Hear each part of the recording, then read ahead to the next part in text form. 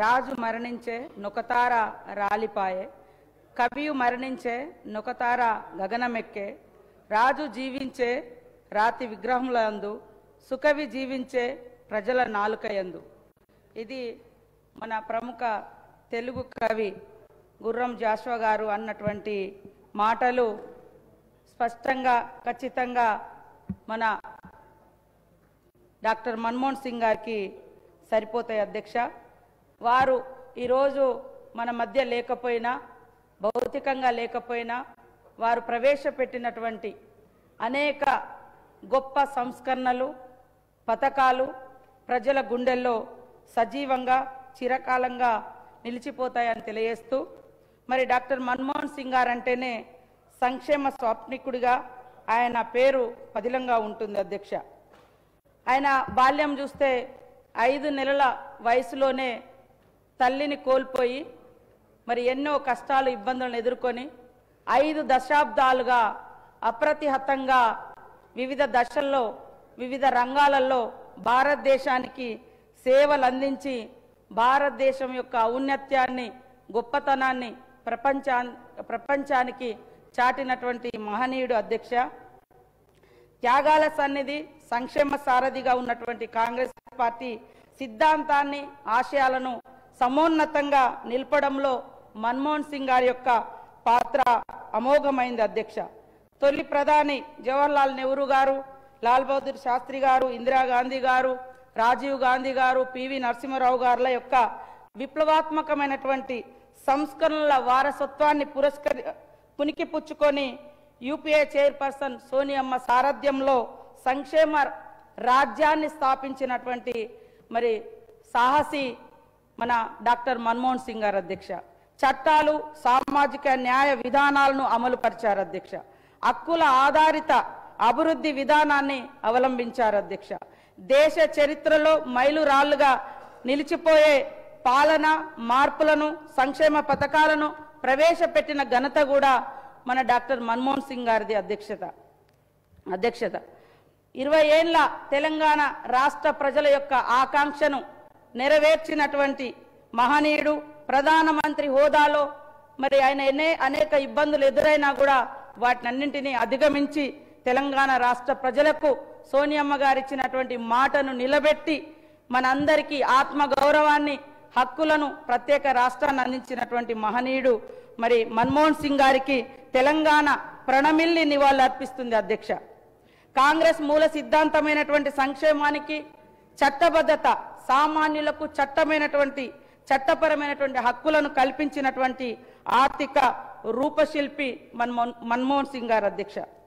సంక్షేమ పథకాలు అంటే కేవలం ప్రభుత్వం యొక్క దయాదాక్షిణ్యాలు కాదు, ప్రజల యొక్క హక్కులు అని ఆయన ఏ పథకం ప్రవేశపెట్టినా దానికి చట్టబద్ధత కల్పించినటువంటి గొప్పతనం కూడా ఆయన ఆధ్వర్యంలో ఆయన ప్రధానిగా ఉన్నప్పుడే ఆ యొక్క చట్టబద్ధత తీసుకొచ్చిండు అధ్యక్ష. ముఖ్యంగా వారు ప్రవేశపెట్టినటువంటి వివిధ పథకాలకు చట్టబద్ధత ఇవ్వడం మూలంగానే ఈరోజు రాష్ట్రంలో కానీ కేంద్రంలో కానీ ప్రభుత్వాలు మారినా ఆ యొక్క సంక్షేమ పథకాలు సజీవంగా అప్రతిహతంగా ఒక యజ్ఞంలా సాగుతున్నాయంటే వారు తీసుకొచ్చినటువంటి సంక్షేమ పథకాలకు చట్టబద్ధమైనటువంటి హక్కులు కల్పించడం మూలంగానే అని ఈ సందర్భంగా తెలియజేస్తాను అధ్యక్ష. పేదల సంక్షేమం ఒక యజ్ఞంలా ఉండాలనే మరి వారు తీసుకొచ్చినటువంటిది అత్యంత ప్రభావితం చేసినటువంటిది పేదల కోసం ఉపాధి హామీ చట్టం. 2005లో తీసుకొచ్చినటువంటి ఉపాధి హామీ చట్టం మూలంగా ఇవాళ కోట్ల మంది పేదలకు ఆ ఉపాధిని కల్పించినటువంటి చట్టం అధ్యక్ష. ఈరోజు కేంద్రంలో ఏ ప్రభుత్వం వచ్చినా, రాష్ట్రంలో ఎవరొచ్చినా కానీ ఆ చట్టం 11 సంవత్సరాలైనా కూడా ఈ రోజు వరకు మరి ఉన్నది అంటే ఇతర ప్రభుత్వంలో దానికి చట్టబద్ధత రావడం మూలంగానే అని సందర్భంగా తెలియజేస్తా ఉన్నాను అధ్యక్ష. ముఖ్యంగా పని చేసే హక్కు, పని దినాలు పొందే హక్కు, దాని ద్వారా అర్ధాకలి మరి ఉపాధి లేనితనం ఇవన్నీ ఉండకూడదని ఉపాధి హామీ చట్టం తీసుకురావడం జరిగింది అధ్యక్ష.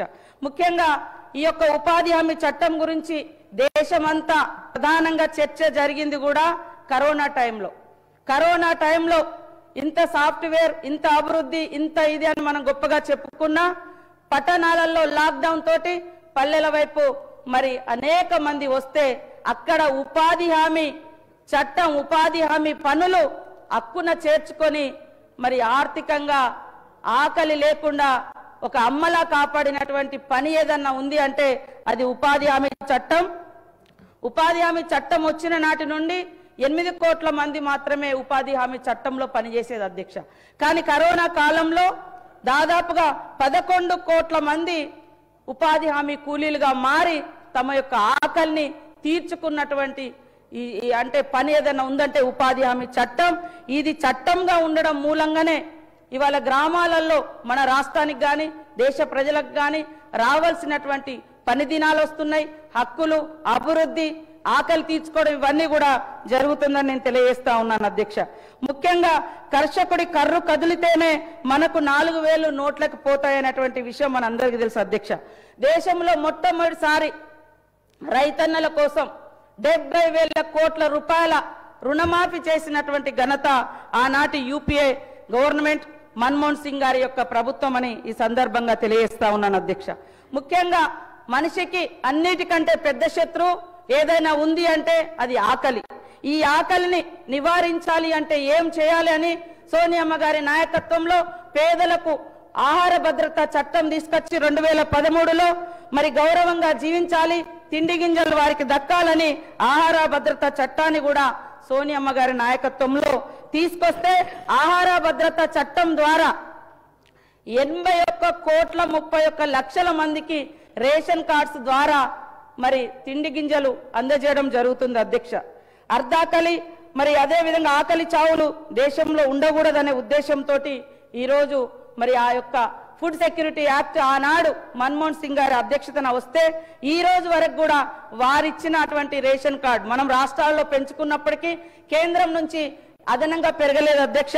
అవే ఉన్నాయి. రాష్ట్రాలు ఎక్కడికక్కడగా రేషన్ కార్డులు పెంచుకొని పేదలకు రేషన్ అందిస్తున్నటువంటి విషయాన్ని కూడా మీకు గుర్తు చేస్తా ఉన్నాను అధ్యక్ష.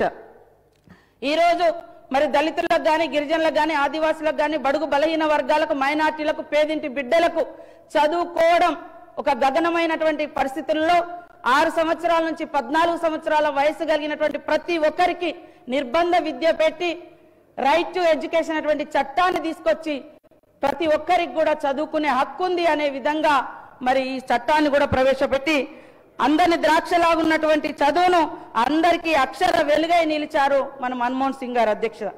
ఒక్కసారి 70,000 కోట్ల రూపాయల బడ్జెట్ ను ప్రవేశపెట్టి విద్యకు ఒక్కసారి 70,000 కోట్ల రూపాయల బడ్జెట్ విద్య కోసం ప్రవేశపెట్టి దేశంలో 30,000 స్కూళ్లను నిర్మించి అదే విధంగా స్కూళ్ల రిపేర్ గాని ఇతరత్ర ప్రభుత్వ పాఠశాలల మౌలిక వసతులను కల్పించడం గాని ఇవన్నీ చేసినటువంటి ఘనత కూడా వారికే దక్కుతుంది అధ్యక్ష. గ్రామీణ పేదలకు అడవి బిడ్డలకు మరి మారుమూల ప్రాంతాల బిడ్డలకు కూడా ఆరోగ్య సౌకర్యం అందుబాటులోకి ఉండాలని 2005లో నేషనల్ రూరల్ హెల్త్ మిషన్ ను ప్రారంభించినటువంటి ఘనత కూడా మన డాక్టర్ మన్మోహన్ సింగ్ గారిదే అధ్యక్షత. తద్వారా పేదలందరికీ కూడా మరి ఉచిత వైద్యాన్ని అందుబాటులోకి తీసుకొచ్చినటువంటి మానవతామూర్తి. కొంతమంది వారిని మౌనముని అన్నారు అధ్యక్ష. కానీ ఆయన మౌనముని కాదు, సంక్షేమాన్ని చట్టబద్ధం చేసినటువంటి మహర్షి, గొప్ప మానవతామూర్తి, చైతన్య దీప్తి అని కూడా ఈ సందర్భంగా నేను తెలియజేస్తా ఉన్నాను అధ్యక్ష. మన్మోహన్ సింగ్ గారి కాలంలో విప్లవాత్మకమైనటువంటి చట్టం. ఇవాళ సమాచారం అనేది ఒక ఎంపీలకో ఎమ్మెల్యేలకో లేదా కొన్ని వర్గాలకో తెలిసేది. గవర్నమెంట్ ఏం డెసిషన్ తీసుకుంటుంది, ఎక్కడేమి ఎలాంటి అభివృద్ధి కార్యక్రమాలు నడుస్తున్నాయి, దాంట్లో మంచి చెడు. కానీ ఈరోజు సమాచార హక్కు చట్టం ద్వారా సామాన్యులకు కూడా ప్రభుత్వంలో జరుగుతున్నటువంటి మంచి చెడు ఇవన్నీ కూడా తెలుసుకునేటువంటి హక్కును కల్పించింది మరి సమాచార హక్కు చట్టం. పాలనలో పాలకుల యొక్క పారదర్శకత అదే విధంగా జవాబుదారీతనం పెంచడం కోసం ఈ చట్టాన్ని కూడా వారి హయాంలోనే తీసుకురావడం జరిగింది అధ్యక్ష. ముఖ్యంగా అభివృద్ధి పరిణామ క్రమంలో ఎవరూ నష్టపోవద్దనే లక్ష్యంతో 2013లో తీసుకొచ్చినటువంటి భూసేకరణ చట్టం కూడా చాలా గొప్ప విప్లవాత్మకమైనటువంటి మార్పు. భూములు కోల్పోయేటువంటి బిడ్డలు భూమితో వారికి ఉండేటువంటి అనుబంధాన్ని దృష్టిలో పెట్టుకొని అన్ని రకాలుగా వారికి పునరావాసం కల్పించాలన్నటువంటి గొప్ప విధి విధానాలతో తీసుకొచ్చిన చట్టమే 2013 భూసేకరణ చట్టం అని ఈ సందర్భంగా తెలియజేస్తా ఉన్నాను అధ్యక్ష. అదే విధంగా దేశంలో అడవి బిడ్డలు ఏళ్ల కొద్దిగా అడవులలో నివసిస్తూ అడవులపై ఆధారపడి జీవించినప్పటికీ అడవి మీద ఎలాంటి హక్కు లేకుంటే మరి దశాబ్ద కాలంగా వారికి అన్యాయం జరుగుతుందని సోనియమ్మ సారథ్యంలో డాక్టర్ మన్మోహన్ సింగ్ గారి నాయకత్వంలో అటవీ హక్కుల చట్టాన్ని 2006లో తీసుకొచ్చి దేశవ్యాప్తంగా లక్షలాది మంది ఆదివాసీ గిరిజనులకు పోడుపై హక్కు కల్పించినటువంటి ఘనత కూడా మన మన్మోహన్ సింగ్ గారి ప్రభుత్వానికి వారి నాయకత్వానికే చెందుతుందని ఈ సందర్భంగా తెలియజేస్తా ఉన్నాను అధ్యక్ష. అదే విధంగా ఆధార్ చట్టం తెచ్చి ప్రభుత్వ పథకాలలో వాటి అమలులో ఎలాంటి లోపాలు ఉండకూడదని ఇలా ఎన్నో విప్లవాత్మకమైనటువంటి మార్పులను తీసుకొచ్చినటువంటి మహనీయుడు, చట్టాలను తీసుకొచ్చినటువంటి మహనీయుడు, ప్రతి స్కీమ్ ఒక చట్టంగా ఉండాలి అని చట్టబద్ధత కల్పించినటువంటి మహనీయుడు డాక్టర్ మన్మోహన్ సింగ్ గారని చెప్పడంలో ఎలాంటి ఇది లేదు అధ్యక్షత. కావున దౌత్య శక్తితో అగ్ర రాజ్యాల సరసన దేశాన్ని నిలపడంతో పాటు అన్ని రంగాల్లో భారతదేశాన్ని అగ్రగామిగా నిలిపిన దార్శనికుడు మన డాక్టర్ మన్మోహన్ సింగ్ గారు అధ్యక్షత. ఈరోజు 1991లో ఆర్థిక మంత్రిగా బడ్జెట్ను ప్రవేశపెడుతూ చేసిన వ్యాఖ్యానాలు తన ఆత్మవిశ్వాసానికి, అచంచల దేశభక్తికి నిదర్శనంగా నిలుస్తాయి అధ్యక్ష. ప్రపంచమా చెవులు రిక్కించి విను, ఆత్మ నున్యత నుండి అభివృద్ధి మందగమనం నుండి భారత్ మేల్కొంది, మేము అధిగమిస్తాం, మేము విజయం సాధిస్తామని నినదించాడు అధ్యక్ష. అన్నట్లుగానే ప్రపంచాన్ని అబ్బురపరిచేలా మరి దేశ ప్రగతిని మరి ముందుకు నడిపినటువంటి సాహసికుడు, ఆర్థిక మంత్రిగా దేశంలో సరళీకృత ఆర్థిక విధానాలను ప్రవేశపెట్టి ప్రపంచంతో పోటీ పడేలా భారతదేశాన్ని తీర్చిదిద్దినటువంటి ఆర్థిక రూపశిల్పి మన మన్మోహన్ సింగ్ గారని చెప్పడం జరుగుతుంది అధ్యక్ష.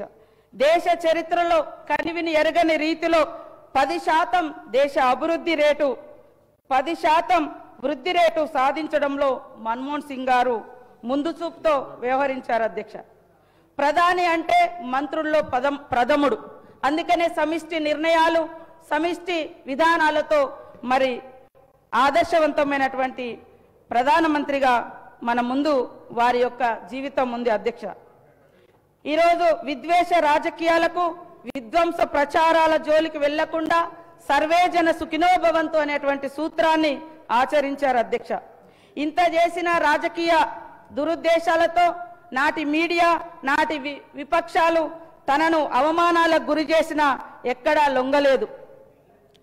మీడియా ప్రతిపక్షాలు తనపై నిర్దయంగా ప్రవర్తించిన చరిత్ర మాత్రం తన పట్ల దయచూపుతుంది అని మన్మోహన్ సింగ్ గారు ప్రధానిగా చివరి ప్రెస్ మీట్ లో చెప్పడం జరిగింది అధ్యక్ష. History will be kinder to me than the contemporary media అని. ఆయన మరణంతో దేశం దుఃఖించడం చూస్తే, ఆయన గొప్పతనాన్ని పొగడడం చూస్తే, ఆయన పట్ల చరిత్ర గాని దేశం గాని దయతో కాదు గౌరవంతో ఉందని ఈ సందర్భంగా చెప్పడం జరుగుతుంది అధ్యక్ష.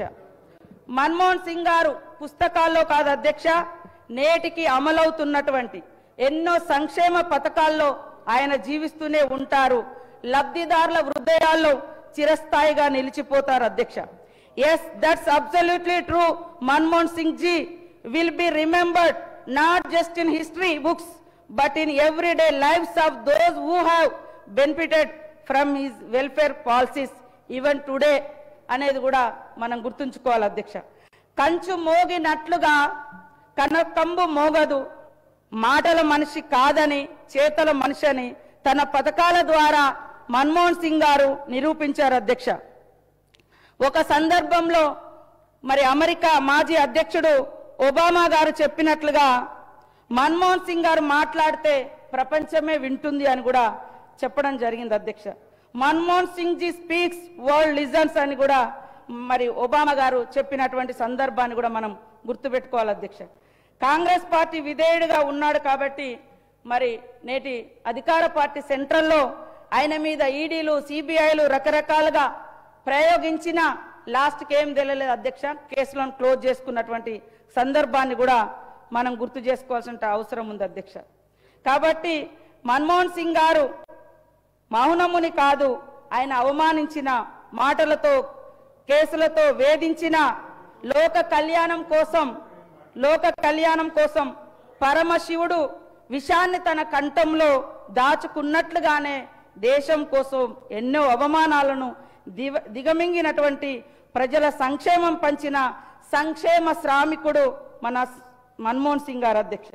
మృదు స్వభావి, ఉన్నత విద్యావంతుడు, ప్రఖ్యాత ఆర్థికవేత్త, క్లిష్ట పరిస్థితుల్లో దేశాన్ని గట్టెక్కించి ఆర్థిక పదంలో పరుగులు పెట్టేలా చేసినటువంటి ఆర్థిక సంస్కరణల రూపశిల్పి మన మన్మోహన్ సింగ్ గారు తెలంగాణ బిడ్డ పివి నరసింహారావు గారి మార్గ నిర్దేశంలో సేవకు అంకితమయ్యాడు అధ్యక్ష. దూరదృష్టి గల నాయకుడు, దార్శనికుడు, ప్రఖ్యాత ఆర్థికవేత్త, రాజనీతిజ్ఞుడు, భారతదేశ పురోగతి ప్రపంచ స్థాయికి తీసుకెళ్లినటువంటి ఆర్థిక సంస్కరణల ఆద్యుడు, పూర్వ ప్రధాని మన్మోహన్ సింగ్ గారి యొక్క మరణం మనందరికీ కూడా తీరని లోటని ఈ సందర్భంగా తెలియజేస్తూ, వారు అందించినటువంటి సంక్షేమ పథకాలు అప్రతిహతంగా ఎలాంటి కోతలు లేకుండా, ఎలాంటి ఆంక్షలు లేకుండా కొనసాగినప్పుడే పేదరిక నిర్మూలన జరుగుతుందని ఈ సందర్భంగా తెలియజేస్తూ, మరి ఈ సంతాప సభ సందర్భంగా ముఖ్యమంత్రి గారు ప్రవేశపెట్టినటువంటి సంతాప తీర్మానాన్ని బలపరుస్తూ, మరి అలాంటి మహనీయులు